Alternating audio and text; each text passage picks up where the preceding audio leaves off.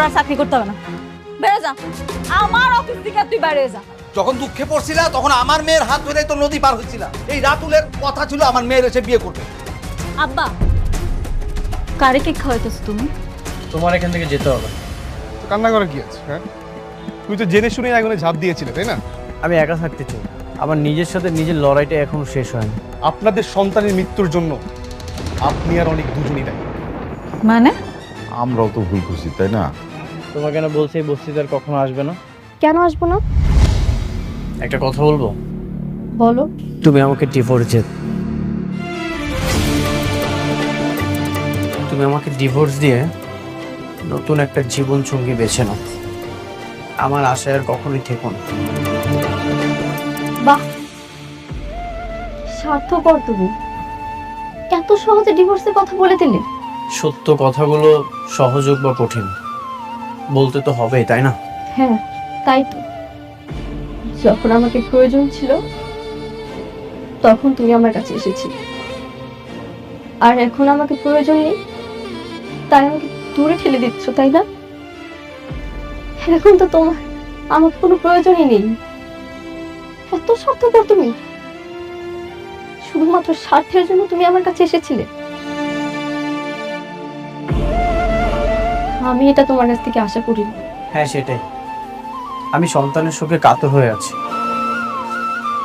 তুমি সন্তানের যন্ত্রণা বুঝবে না, কারণ তোমার তো কখনো সন্তানই হবে না। সন্তানের মর্মটা তুমি বুঝবে না। আমার সন্তান হবে না এর জন্যই কি তুমি আমাকে ডিভোর্স দিতে চাচ্ছ?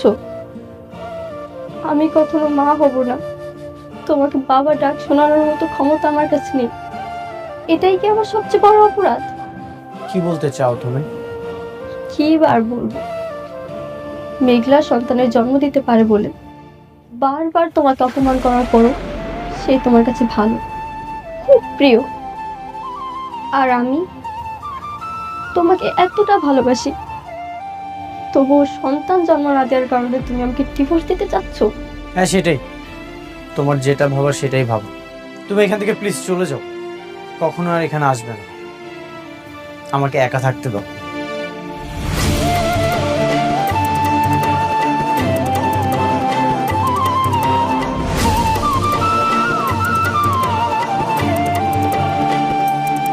ও যদি আমাকে ডিভোর্স দিয়ে দেয় তাহলে তো আমি বাঁচতে পারবো না। এই পৃথিবীতে আমি মাত্র একজনকেই ভালোবাসি, আর এই ভালোবাসার জন্য আমি সব কিছু করতে রাজি। আমি সন্তান নিলে মনে হয় ও আমাকে ভালোবাসবে, তাহলে এই সন্তান নেওয়ার জন্য যা করতে হয় আমি তাই করব।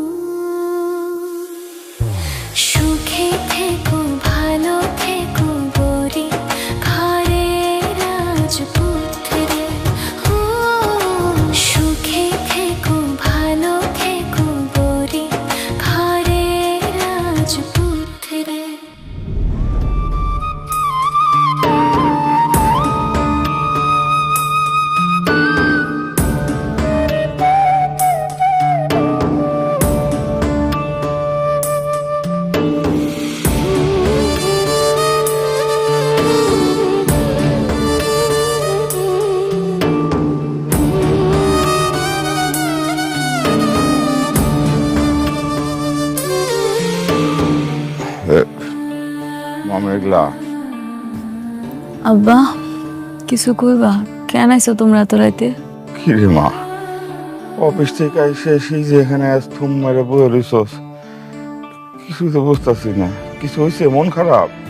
না, মন কেন খারাপ থাকবে, সব ঠিকই আছে। ওমা, অনেকের বিষয়ে কিছু ভাবছোস?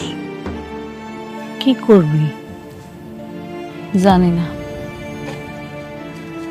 ওর কথা ভাবতে গেলে আমার সন্তানের কথা মনে পড়ে। ওই আমার যে কষ্টটা দিছে এটা আমি বলতে পারতাছি না আম্মা। মারে ও মা, অনেকই তো কষ্ট পাইতেছে। তোর সন্তানটা মরে গেল, তোরা দুই জায়গায় দুইজন বসে বসে কষ্ট নিয়ে কাঁদতেছস। আমি কই কি, একটু বাইরে দেখ, তোরা দুইজন যদি একসাথে থাকোস তাহলে আমার মনে হয় যে আস্তে আস্তে তোকে কষ্টটা কমে যাবে।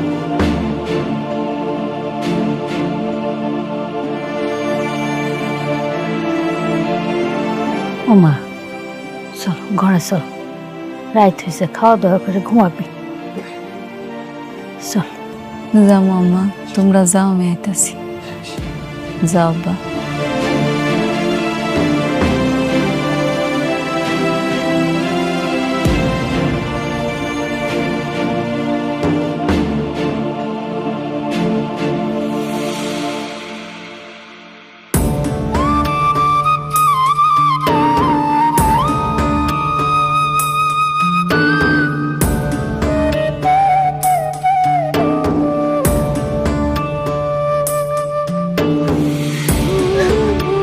কিরে মা, কান্না করছিস কেন?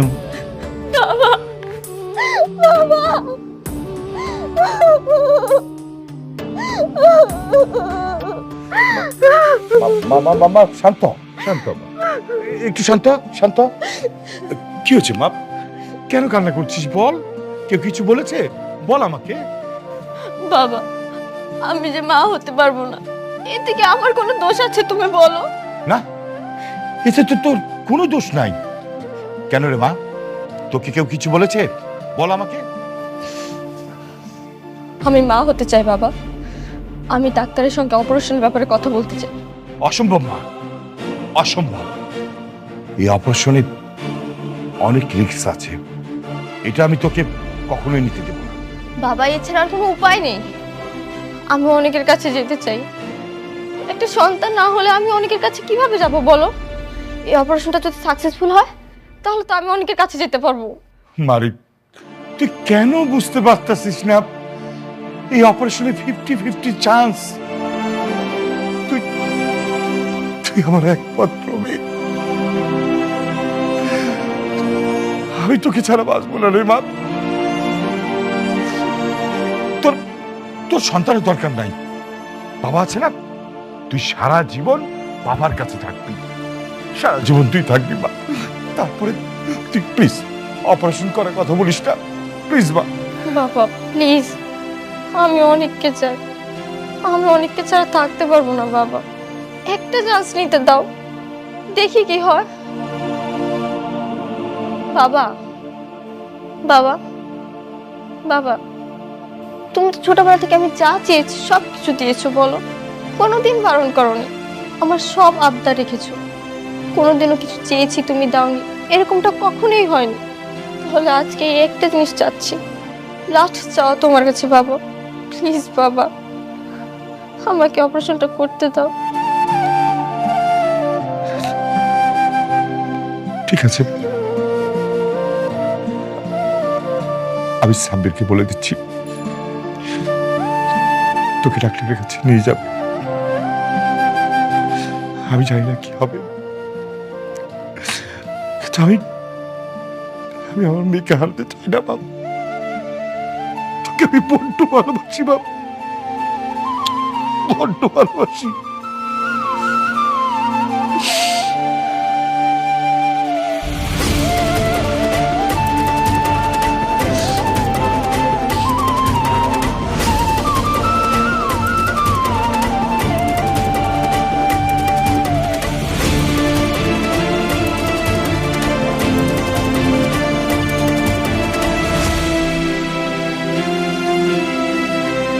ম্যাপ যেটা আপনি দেখালেন, কিন্তু বিল্ডিং এর সাথে তো ম্যাপের কোনো মিল খুঁজে পাচ্ছি না। আপনারা তো রুলস ছাড়াই এই বিল্ডিংটা তুলছেন।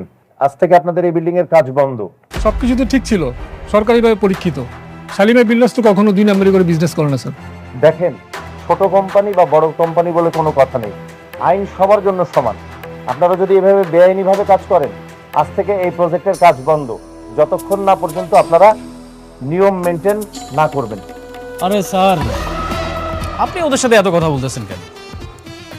শুনেন, এরকম আরো অনেক প্রজেক্ট আছে, সেগুলো তদন্ত করতে হবে। তদন্ত করলে আপনি বুঝতে পারবেন যে এখানে দুর্নীতি আছে কিনা। তাহলে আপনার চোখের সামনে সব কিছু ক্লিয়ার হয়ে যাবে, সব দুর্নীতি দিয়ে ভরা।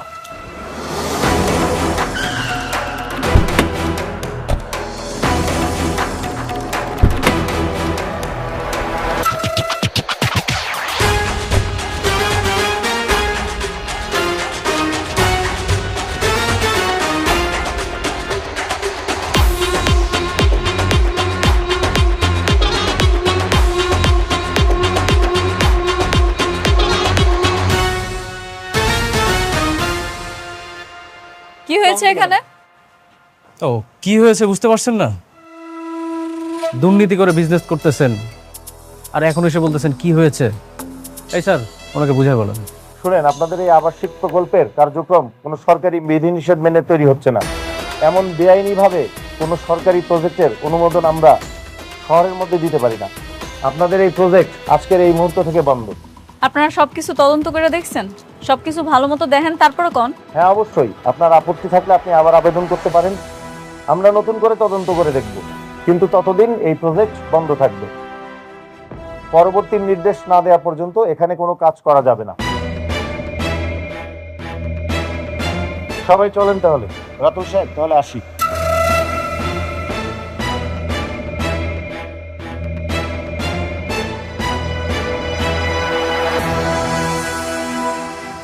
খেলা কিন্তু আবার জমে গেছে।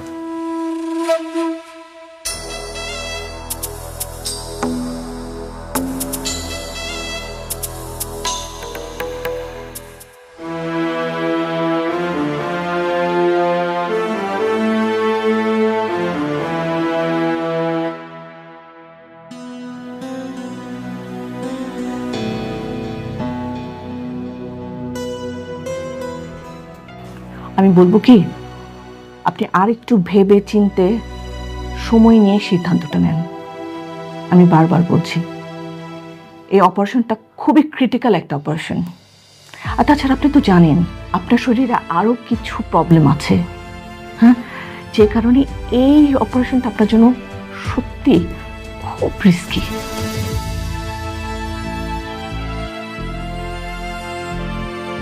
আমি সব রকম রিস্ক নিতে চাই, আপনি ব্যবস্থা করুন।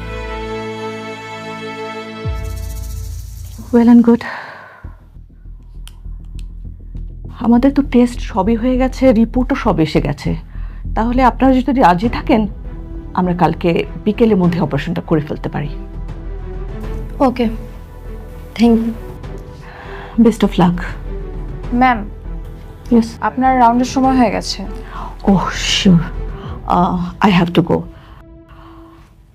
আমি আবার আপনাদের অনুরোধ করব, আপনারা আর একটু সময় নিয়ে ভাবেন, ডিসিশন নেন।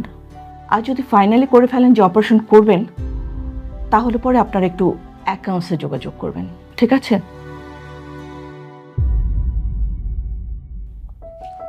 আমাকে উঠতে হবে, চলো আসি।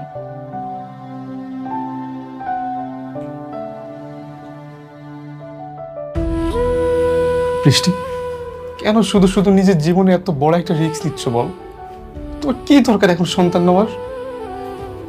সন্তান না নিলে তো অনেকে আমাকে ডিভোর্স দিতে চাচ্ছে। আমি যদি সন্তানের মা হতে না পারি, তাহলে আমি কিভাবে অনেকের সামনে স্ত্রীর অধিকার নিয়ে দাঁড়াবো বলো? দরকার নেই তো এরকম অধিকারের। দেখো বৃষ্টি, যে তোমাকে ভালোবাসবে, যে তোমাকে মন থেকে ভালোবাসবে, সে কখনো অজুহাত দেখাবে না যে আমার জন্য হাত কাটো তাহলে আমি তোমাকে ভালোবাসবো, আমার জন্য আত্মহত্যা করো আমি তোমাকে ভালোবাসবো। সে কখনো এই অজুহাতগুলো দেখাবে না। বৃষ্টি, বৃষ্টি, আমি তোমাকে বিয়ে করবো। বৃষ্টি, চলো না আমরা সব কিছু ভুলে গিয়ে আমরা বিয়ে করি আর ছোট্ট একটা সংসার করি। হ্যাঁ, হয়তো তোমার সন্তানের কারণে আমাদের ঘরটা খালি খালি লাগবে, কিন্তু আমি আমার বৃষ্টিকে তো পাবো। বৃষ্টি, তুমি আমার এই কথাটা রাখো। আমি সত্যি তোমাকে অনেক ভালোবাসি, অনেক ভালো রাখবো, অনেক সুখে রাখবো। দেখো সাব্বির, আমি জানি তুমি আমাকে প্রচন্ড ভালোবাসো। আমি তোমার ভালোবাসাকে সম্মান করি, কিন্তু বিশ্বাস করো, আমি আমার জীবনে অনেককে ছাড়া অন্য কাউকে ভাবতেই পারি না। আমার ওকেই লাগবে, এই জন্য যা করতে হয় আমি তাই করব।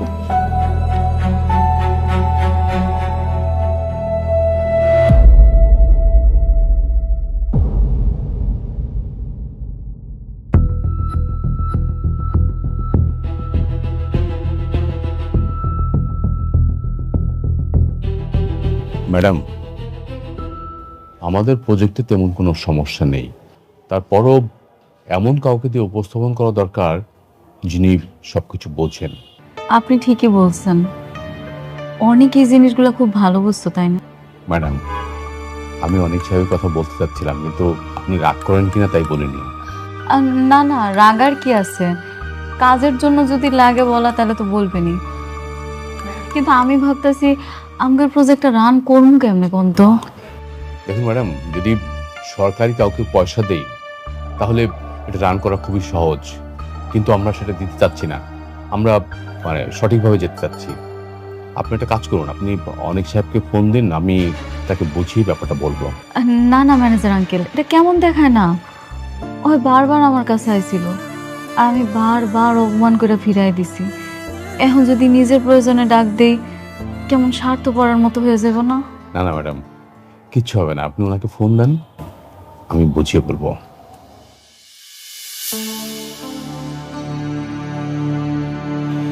আচ্ছা ঠিক আছে।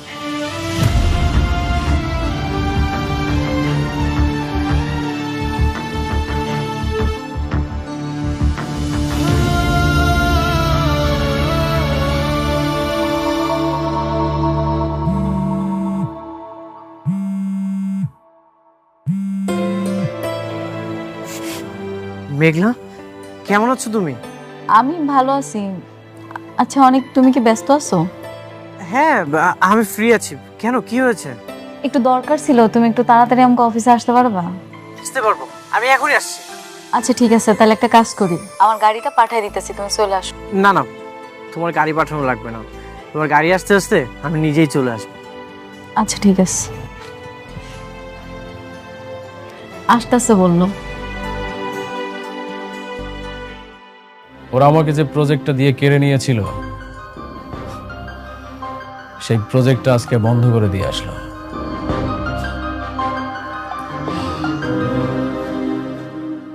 Very good.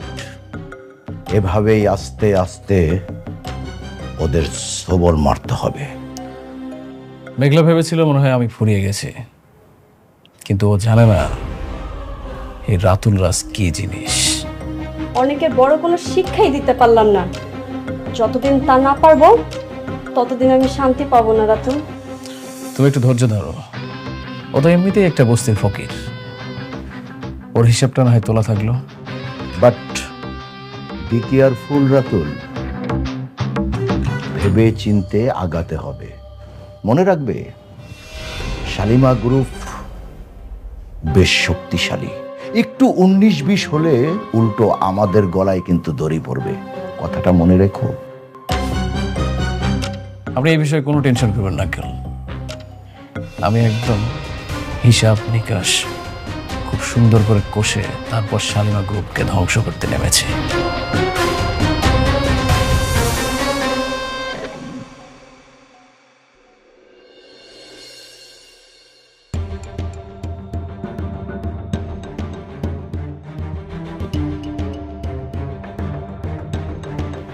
কোনো সমস্যা আছে? আমি তো দেখতেছি সবকিছু মোটামুটি ঠিকই আছে, তারপর ওই সরকারি লোকটা কেন কাজ বন্ধ করে দিল? সবই দেখলাম, পরিষ্কারভাবে বোঝা যাচ্ছে এই সব কিছুই রাতুল ষড়যন্ত্র করে সাজিয়েছে। কি রাতুল করাইছে? পুরো দেশটাই এখন টাকা পয়সার উপরে চলে, দুনিয়া হচ্ছে টাকার গোলাম। তুমি চিন্তা করো না, আমি তো আছি, আমি সব কিছু দেখে নিব। থ্যাংক ইউ অনেক সাহেব, আমরা জানতাম যে আপনি পারবেন। রাতুল ছেলেটা বড় বেয়াদব, সব জায়গায় না সবার ক্ষতি করে বেড়ায়। রাতুল আমার পুরো জীবনটাই ধ্বংস করে দিয়েছে, সব কিছু এলোমেলো করে দিয়েছে।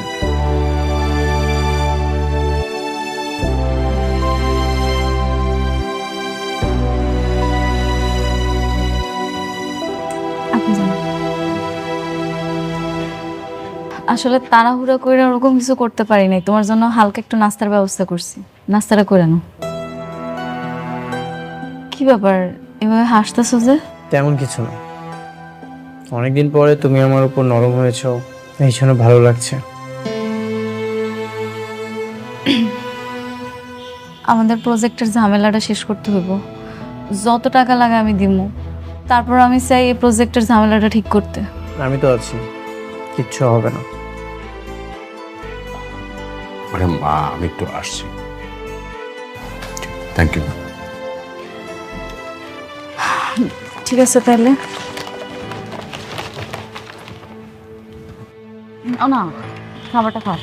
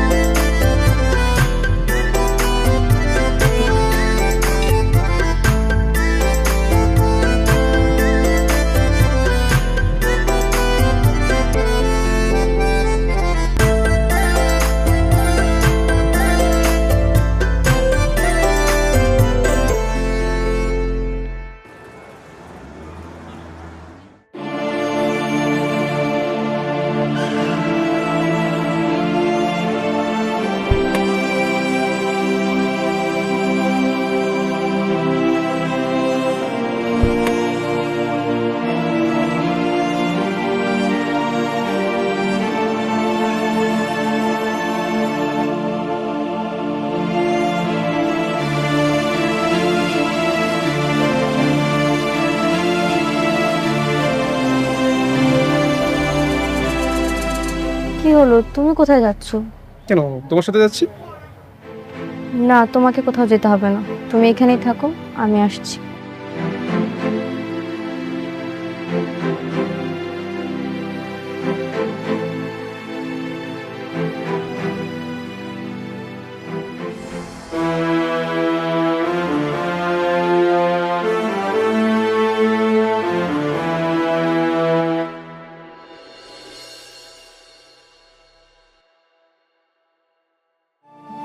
আপা, আপনি আইছেন?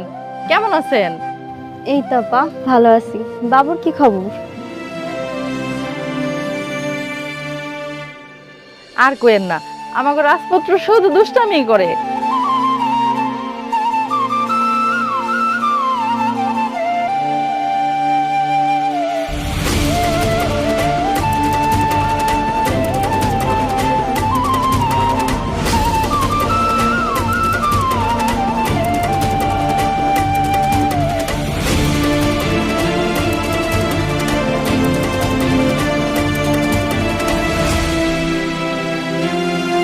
আপা, আপনার চোখে পানি, আপনি কাঁদতেছেন কেন?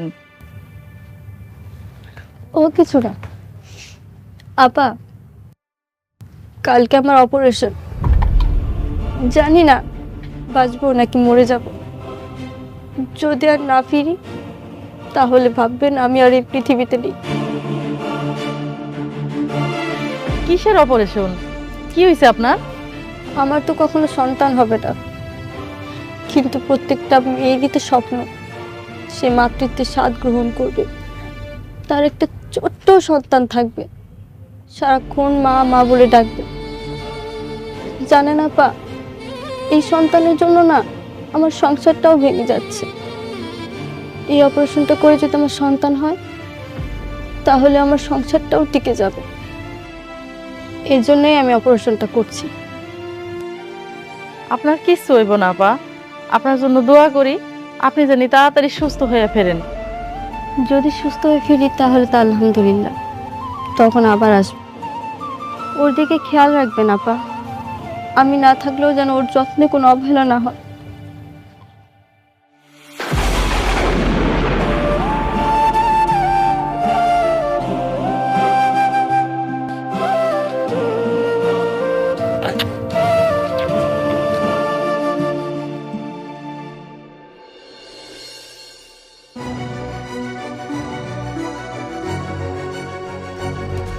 আমি সব কিছু ঠিক করেছি। ওরা ডিজাইনটা নকল করার চেষ্টা করছে। আমি সব কিছু আবার নতুন করে বের করেছি। তার মানে কালকে থেকে কাজ শুরু করতে পারবো, তাই তো? হ্যাঁ, আমি তাদেরকে চ্যালেঞ্জ করেছি, কাল নতুন করে তদন্ত হবে আর আমি সেখানে থাকবো। তাহলে তো খুব ভালো। একটা কাজ করি না হয়, আমিও যাবো। কখন যাবো তুমি? আমারে কও, আমিও যাবো। ঠিক আছে, আমি তোমাকে সময়টা জানিয়ে দেব। দেখো মেঘলা, তোমার কাজ মানেই তো আমার কাজ, তাই না? ভাবছিলাম কালকে আমি আমার সন্তানের কবরটা দেখতে যাব, কিন্তু একটার পর একটা ঝামেলা হইতেই আছে। জানি না এই ঝামেলা শেষ হইব কবে। আগে ঝামেলাটা শেষ হোক, তারপর না হয় আমি আমার সন্তানের কবরটা দেখি। তুমি চাইলে যেতে পারো, আমি সব কিছু সামলে নিব। তুমি তো এখন পর্যন্ত বাবুর কবরটা দেখোনি। তুমি নিজের হাতে আমার সন্তানের কবর দিছিলা না? হ্যাঁ। তোমার কি একটুও খারাপ লাগে নাই?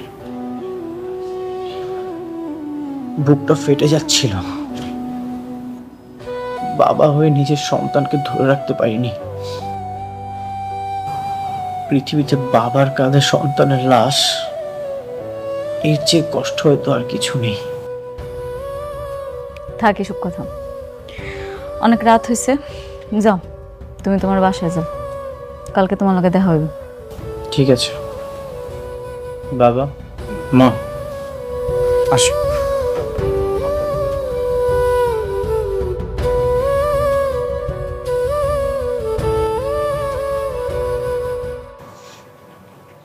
আমার তো কালকে অপারেশন, জানি না বাঁচবো নাকি মারা যাব। আমি চাই আমার অপারেশনের আগে অনেককে আসতে বলবো, ওকে ওর সন্তানের কথা বলে যাব। অনেক আর মেঘলার সন্তান যাতে সুখে দুঃখে একসঙ্গে থাকতে পারে। না না, এটা তুই কেন করবি? হ্যাঁ, তুই যদি এটা করিস তো আমরা সবাই আবার একই বিপদে পড়ে যাব। থানা, পুলিশ, ঘৃণা, সবকিছু। কিন্তু বাবা, এটা যদি আমি না বলি তাহলে তো আমার মৃত্যু হলেও আমি শান্তি পাবো না। বৌমা, তোমার মরার কথা কেন আসছে বলো তো? তুমি একদম সুস্থ হয়ে যাবে, কিন্তু হয় বৌমা, তুমি আর যাই করো, অনেককে এখন আসতে বলো না। মানে হয়েছে কি, এই কথা জানলে কিন্তু আমাদের সবাইকে জেলে দেবে। তাই বলে কি ওরা ওদের সন্তান থেকে দূরে থাকবে? বেঁচে থাকার পরও মৃত ভেবে দিনের পর দিন পার করবে? বৌমা, তোমার অপারেশনের আগে অনেককে কোনো কিছু জানানো দরকার নাই।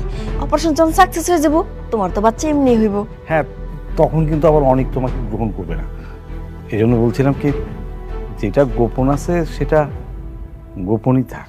হ্যাঁ মা, এখনই অনেককে কিছু জানানো দরকার নাই। যেহেতু বিষয়টা গোপন আছে, গোপনই থাক। আমরা সময় সুযোগ বুঝে অনেককে বুঝিয়ে বলবো।